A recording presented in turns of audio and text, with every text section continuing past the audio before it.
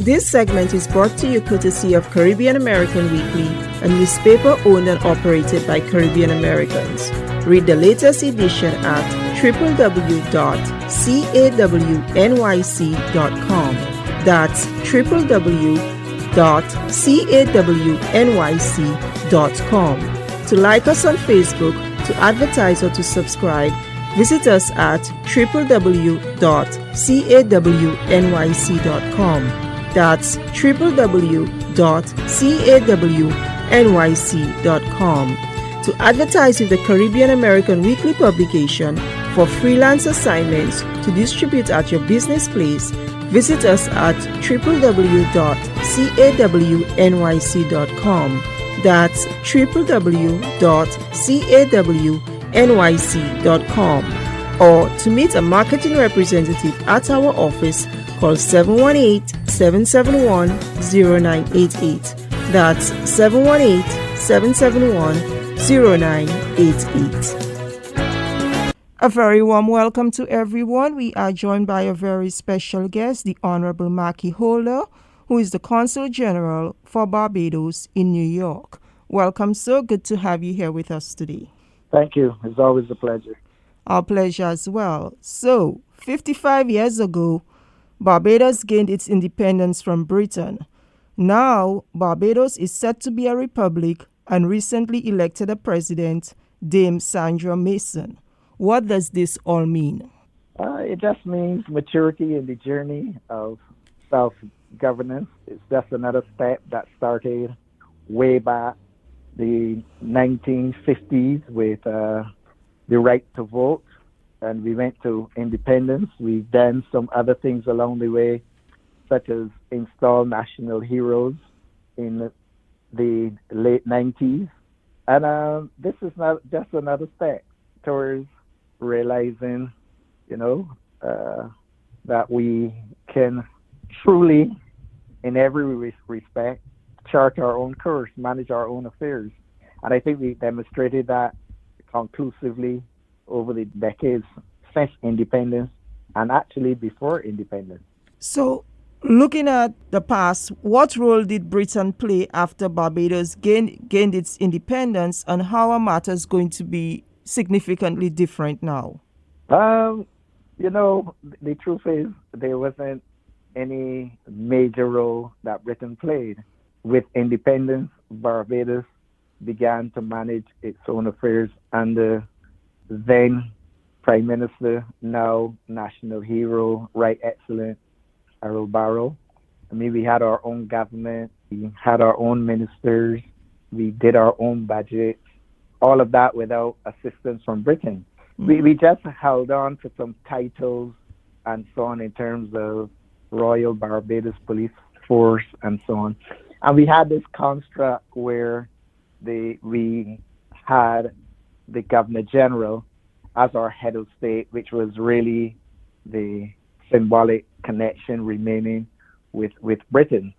Of course, in the 1960s, going into the 70s, Britain was probably our biggest trading partner. And at the time, we received aid, but that was no different from other countries in the region.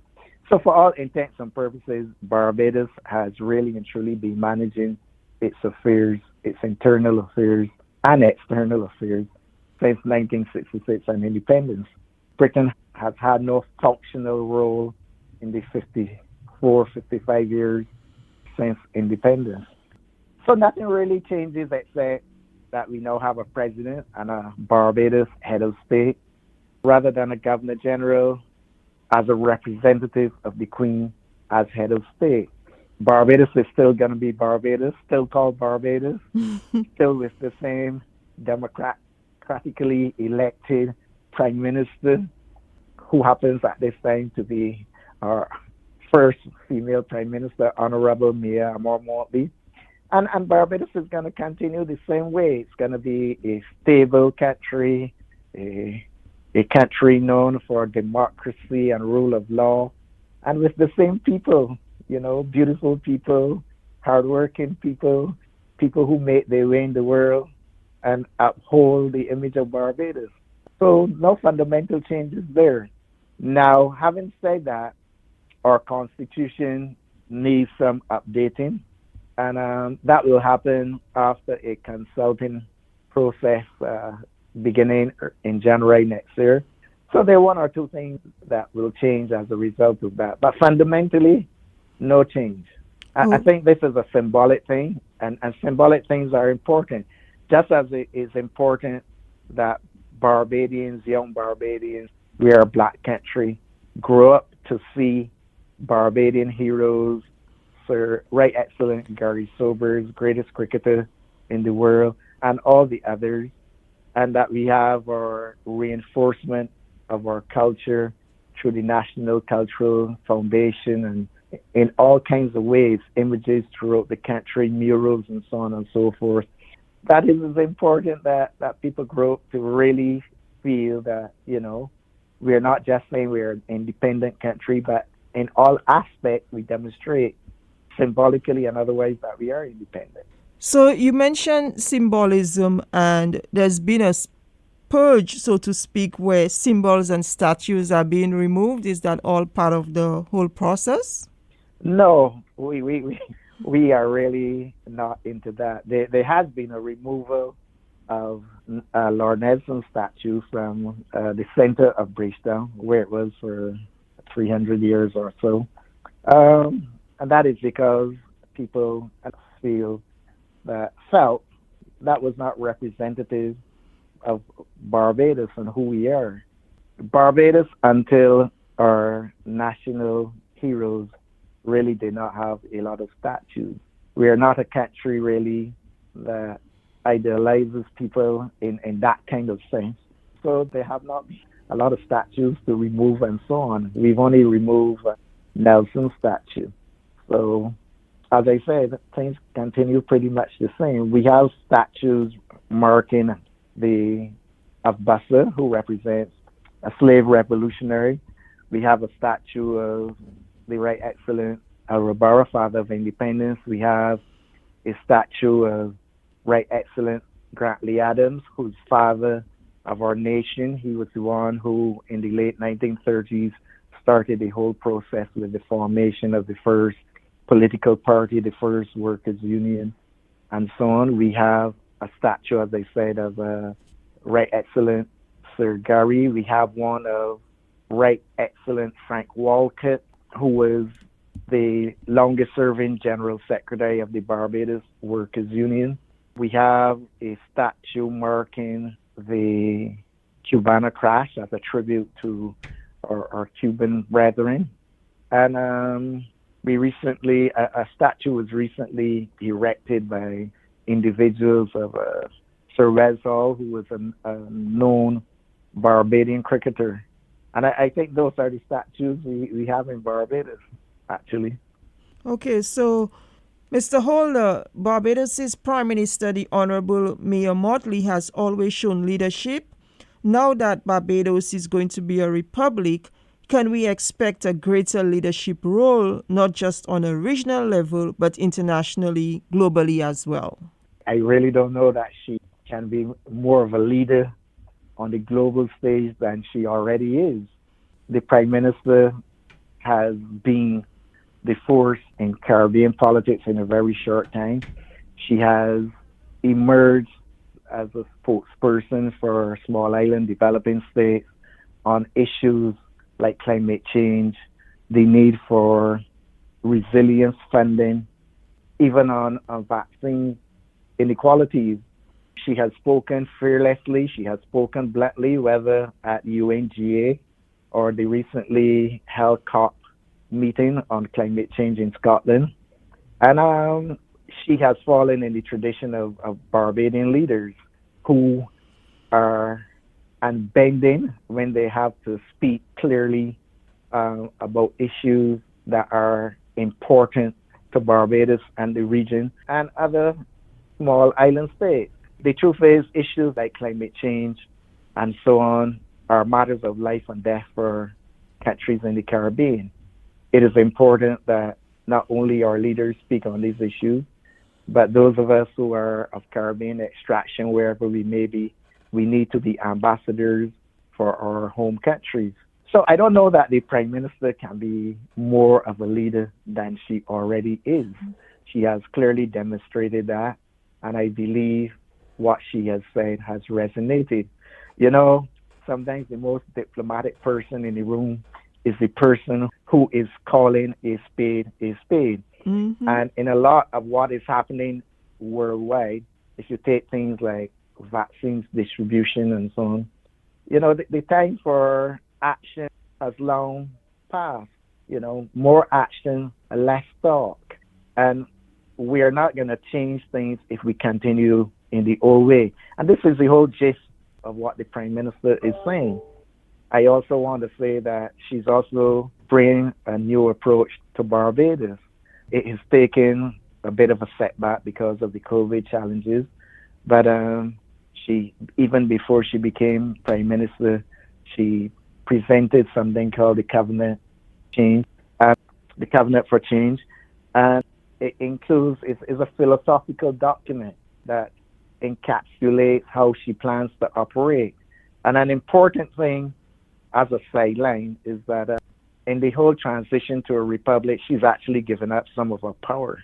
You know, if the prime minister would normally choose who the president is under the old system, now it is the president has to be chosen by electoral college. But Okay. again, I'm sure there will be occasions and other forums in which the prime minister will be called to speak on any number of issues, and she will do so with the same energy and forthrightness that she has certainly in the last couple of months and over the time that she has been prime minister. Small island states need leaders. Barbados has demonstrated in a lot of areas that it can be as capable, it can be even better than some developed states. If you look at our profile, that is where Barbados is. But the system has to change so that small countries can have opportunities to develop. And these opportunities cannot come if developed countries continue in the same way. If you look at vaccines as an example, New York has opened up, and New York is basically like Barbados. It is bigger, but New York is basically built on the same things that Barbados is built on, which are tourism and financial services. So for New York to benefit from worldwide tourism, people have to be vaccinated. So it's a win-win for everyone. So we have to get away from this thing about us and them and protecting X and protecting Y and seeing the bigger picture. And if we have not learned anything from the whole Black Lives Matter movement and COVID, I don't know what we're going to learn. But our Prime Minister will continue to speak clearly, vividly, if necessary, but unequivocally on matters that are relevant to Barbados and the region and all small states. So, Mr. Holder, on 1 minute past midnight this year, November the 30th, Barbados is going to make that transition. What is your message to the Barbados diaspora? And also, given the fact that the holidays are pretty much here. In terms of our move to Republic, my message is simple. It's another mark in our journey, but the real journey is not the fact that we gained independence or we are going to become a republic. The real journey continue to make our country better, continue to uplift each other, continue to demonstrate that Barbadians are exceptional people and that we have a country that is exceptionally well managed. So, in short words, let's redouble our efforts to demonstrate that whether we are an independent country or a republic country, that we will continue the journey towards excellence in all areas for which we are known. In terms of the U.S. holidays, Thanksgiving and so on, I wish everyone well. I hope people are being vaccinated. Those that choose not to, I certainly hope that they're taking the precautions. But it is good to be able to get back physically with persons and take care. We're not out of the woods yet, but we're getting there. And with everyone playing their part, we will all get there. Meanwhile, enjoy life, enjoy all of the friendship and food and family that comes with Thanksgiving and Independence and Christmas and so on, New Year's Eve and the like. All right. So thank you so much, Mr. Holder. We wish you, your team, and family the very best, and we look forward to having you back again. And I want to thank you, Pearl, for the opportunity, and I wish you nothing but the best. Thanks for looking out for Barbados and your team. All the best now and the rest of the year, and hopefully into next year. Yes. Thank you so much. Our pleasure. You're welcome. This segment was brought to you courtesy of Caribbean American Weekly, a newspaper owned and operated by Caribbean Americans. Read the latest edition at www.cawnyc.com. That's www.cawnyc.com. To like us on Facebook, to advertise, or to subscribe, visit us at www.cawnyc.com. That's www.cawnyc.com. To advertise with the Caribbean American Weekly publication for freelance assignments to distribute at your business place, visit us at www.cawnyc.com. That's www.cawnyc.com. Or to meet a marketing representative at our office, call 718-771-0988. That's 718-771-0988.